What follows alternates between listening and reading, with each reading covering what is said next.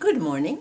It's Wednesday, sunny, and I thought I would sit down and start a new project and take you along with me. If you are interested in joining me, I'd be very tickled. I'm going to be starting a new slow stitch project. And when I say new, I do mean that because since my treatments, I've told you that I have a certain amount of numbness in the tips of my fingers. So to be honest with you, I've been scared to try. But I thought nothing ventured, nothing gained. I've lived that motto through my life, and this is a good chance to start it right now. Before we begin, I want to share this pile of lovely fabrics that I received as a gift from Rachel at Roxy Creations. I thought I would show you some of the fabrics that she has included. These are all vintage and antique pieces of fabric, and this is so soft, it's not to be believed. So we have this one.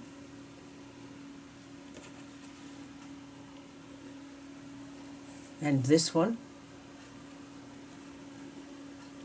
Isn't that absolutely lovely? And wouldn't that be beautiful embroidered on a project, maybe a book cover. Some upholstery fabric, which I hardly ever see, that is this pretty. This is two-sided. It can be either this side or this, and so soft. It's just heavenly. And a piece of linen. This is my very favorite. Isn't that just something? And doesn't that have potential for a project? And this lovely soft piece of cotton from, probably the 40s or 50s. And this piece of plaid in buff and black. A plaid and a combination that you don't see color-wise, which I absolutely am in love with. And then these are the pieces that thrilled my heart. These are some heavy old pieces of hemp. And you can see how thick that is. And some finer pieces, all in a size that would be conducive to using on a binding on a journal cover, or whatever takes your fancy. This has nice slubs in the weave of the fabric. Just beautiful. Another piece of heavy, almost a canvas, but it does have slubbing in it, in the weave. Another piece of hemp that's softer. Another piece that is linen, a very old linen, very natural linen. And last but not least, a piece of tan linen, and I'll show you the ones that I have chosen to work with.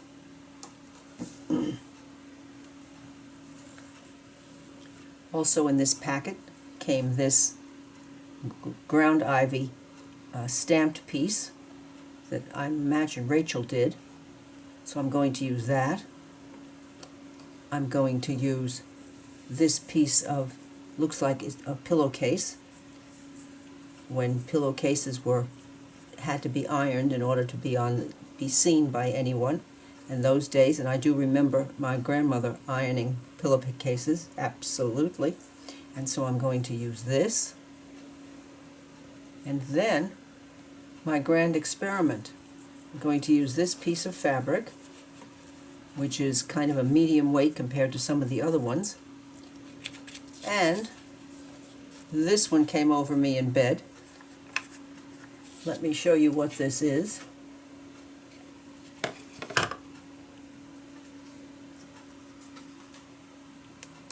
I found this on sale a few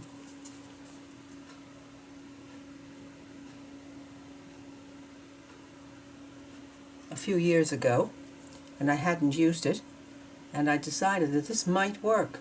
So I used this Distress Oxide called Pumice Stone because I wanted a light color to give me something to work, to stitch on. And so I dabbed pumice stone all over this, and I tried it on this piece of paper, and it worked quite well. Gives me a design to stitch. But better than that, I crossed my fingers and my toes and whatever else I could, and did it again, dabbed it all over with Distress Oxide Pumice Stone, and flipped it over, put it down, and rubbed $1.27, and it was on sale. So it worked. Look what we have here. That's my design. And I thought, well, pumice stone is light enough to be there and not too dark so that it would leave any lines. These are rather thick lines, so I'm deciding what stitch I'm going to do for the flower, outline of the flower. The leaves won't be a problem, they're a little bit finer lines. But I was thinking of putting ground ivy over here. If I cover up a little bit of that, that'll be just fine. And some of this lovely lace up here at the top. I'll trim it out and apply that there. Then I have this area up here. I don't know what's going to happen with that. But that's part of the fun, not knowing what's going to happen with something. Let me put that out of the way.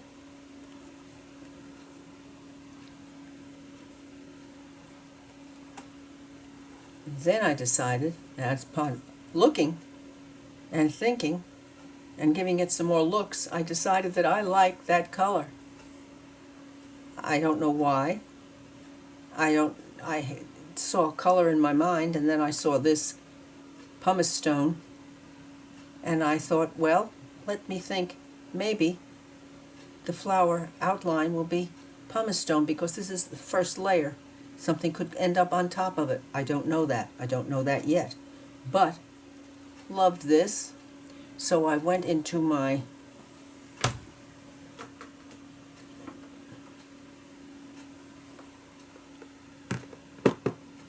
fiber collection and found these old black and whites that I haven't been into very much ever.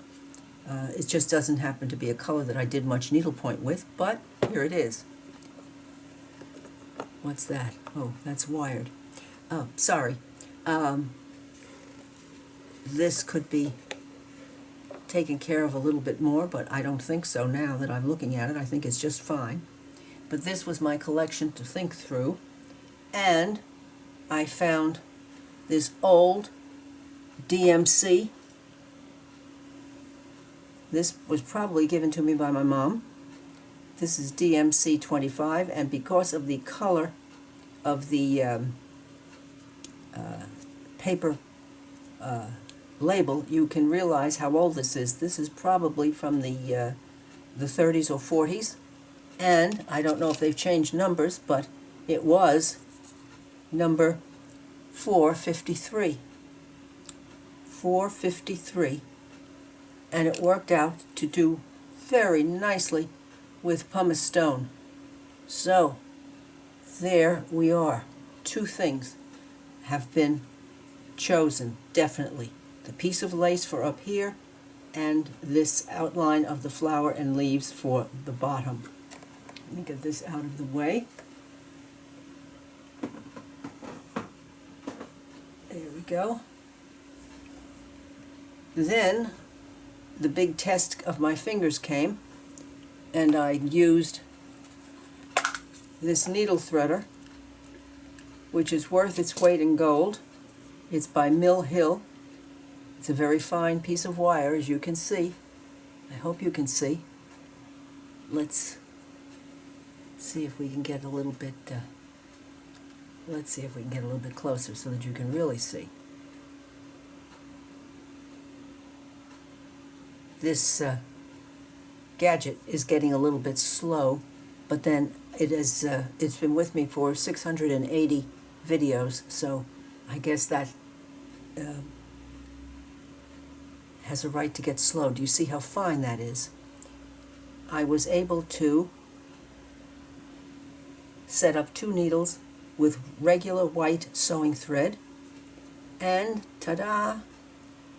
I got 2 needles ready to start on the pumice stone flowers, and I was able to shoot this into the these I'm using Bowen needles from France, and this does fit a treat into the eye of the needle, and immediately put it back because sometimes it likes to lose itself on me, and I would probably hyperventilate at the thought of not getting my hand on that needle threader. I have so many different kinds of needle threaders that I use all the time, but this one is too big to go through the eye of these French needles. So I've had some good luck thus far this morning. I was able to make 2 regular thread, sewing thread needles in white, and 2 in the, I think I'll just call this gray DMC pumice stone because it matches so nicely. And let's see what happens. I wasn't going to go quite this far today because I have an errand to get to, but I don't think I can stand it. Well, fingers crossed.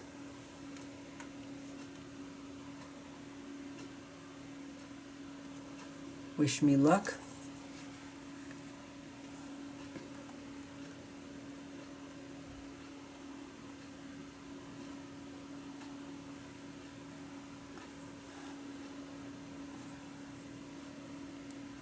Now I have taken, this is 3 strands of DMC,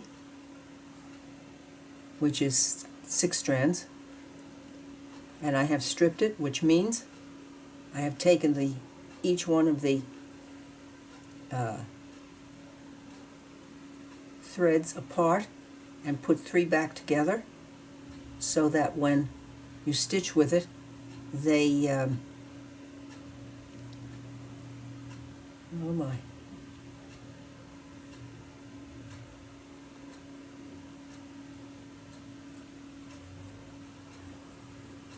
I hear my husband coming home, and I'm sure you'll hear him too momentarily. But it looks like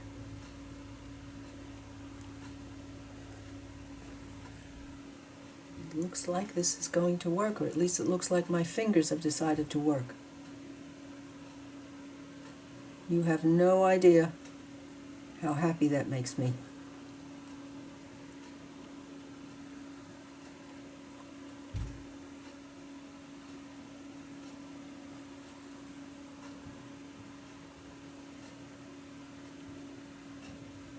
Well, I think I'm going to stop there because I'm going to be having a home invasion pretty soon. I'll be back with you tomorrow after having done some more stitching. This is rather heavyweight fabric, so it takes a little energy, which is a challenge. I'll see you tomorrow. Good morning again. As you can see, I have made a little bit of headway working on the pumice stone light gray that I chose for the outline for this large flower, and it's taking me a while to do because of my fingertip issues, but it's going to be worth doing. I'm just going to pick away at it until I get all the way around this flower, and it's a little bit tedious because I did choose 3 strands of the DMC, and that's DMC 453, although who knows what it might be 40 years later. So when I get around that, then I'll rethink and come back and rethink the center and the growth lines in the flower, which look like large lazy daisies. Then I cut the piece of lace that I got from Rachel and pinned that down, and I pinned down the ground ivy piece. Now I'm not going to think about that for a while. I'm going to get back to working on this even if I only do one at a time, that will be fine. And then I picked green, as light a green as I could find to do these leaves. And this is number 842, DMC 842. And I'm going to choose, I chose two strands to work on the leaves. I want this to be rather pale, and I believe that on this one I'm going to do a back stitch.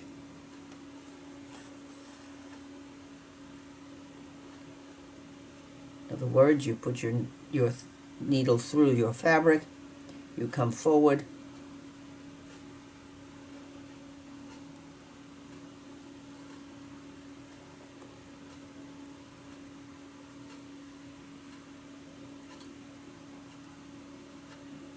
and back at the same time, but I don't think I'm going to manage to do that. I think I'm going to pick it. Let's see what happens. Oh yes, I like this. Okay, so we're going to come forward.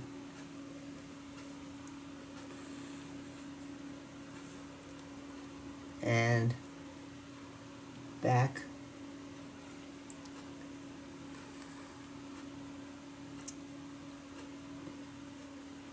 And forward. Trying to keep the stitches about the same size.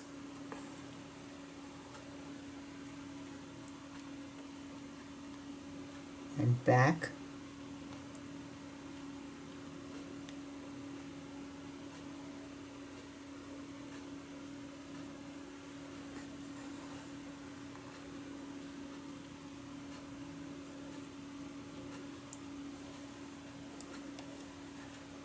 And forward.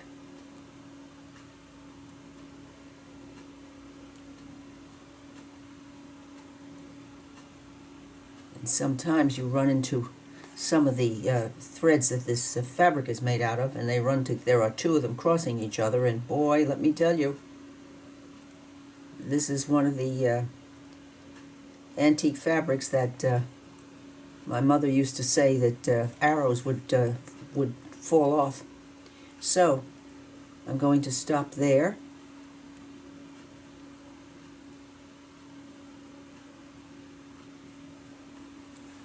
And as you can see, we have going to have our outline, our back stitch outline for the leaf. And then let's go to regular sewing thread, and let's start to get down some of the lace. I'm just going to go into the center for a while and jump through here and there so that the center of the lace is attached to the fabric.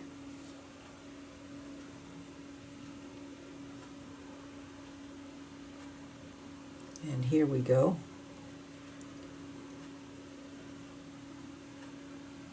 Going to have to get out my old friend.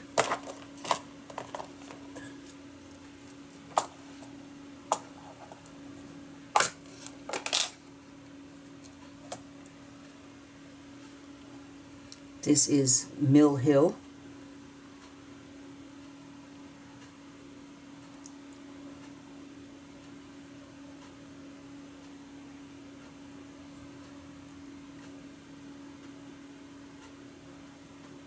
Here we go.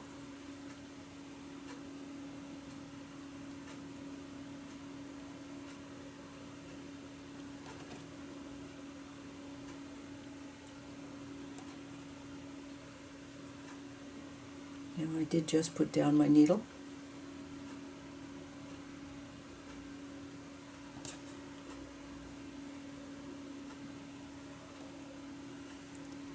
And it seems to be lost in the shuffle.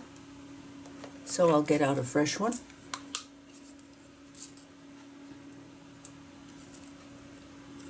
There it goes.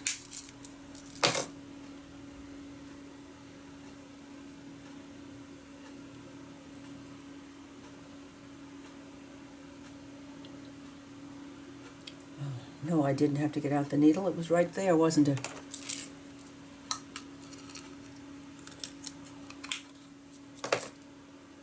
I bet I heard you saying, Carol, it's already there.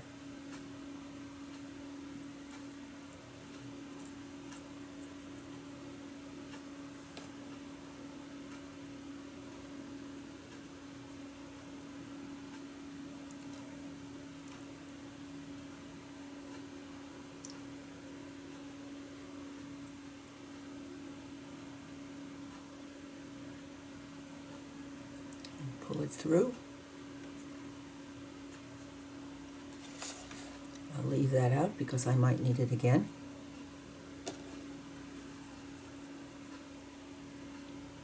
So I'm going to go around through the inside of this lace, just tacking down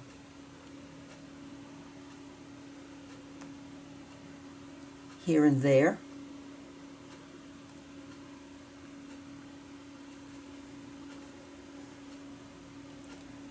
And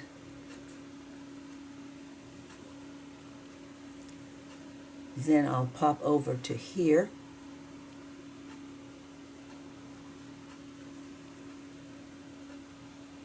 Tack it once here, because I want to show you how I'm going to tack the outside edge.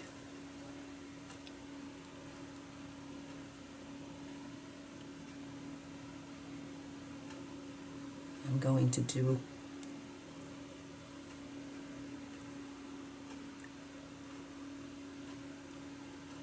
a rather thin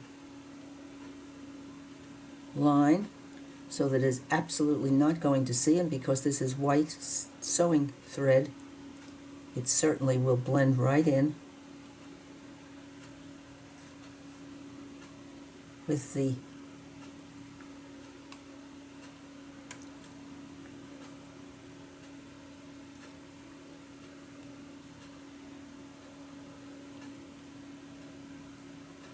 well, am I not having a morning that's telling me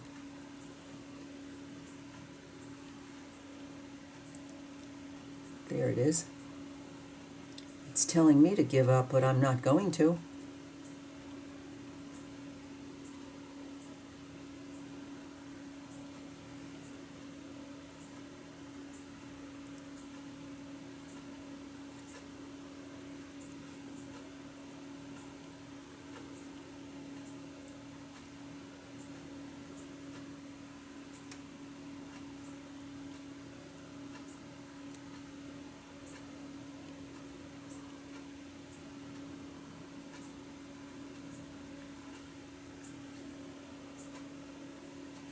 So we have some of the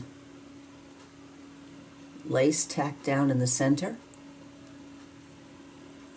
and then I'm going to go all around the outside edge and across here. I'm going to try to attach this in every spot that I can find along the way. We have the start of our so-called pumice stone DMC number 453 and the green outline, and I believe I'm going to do I want these flowers the leaves for this flower to blend into the background, so I'm going to do the back stitch around the outside edge and long stitches for the lines of veining on each leaf, which will keep the colors pale. I don't know what's going to happen on here yet, and I certainly haven't got a plan for up here. I think I'm going to find a piece of lace in my stash and attach that right over in this corner. And then I might need another smallish piece for down here, but we'll see.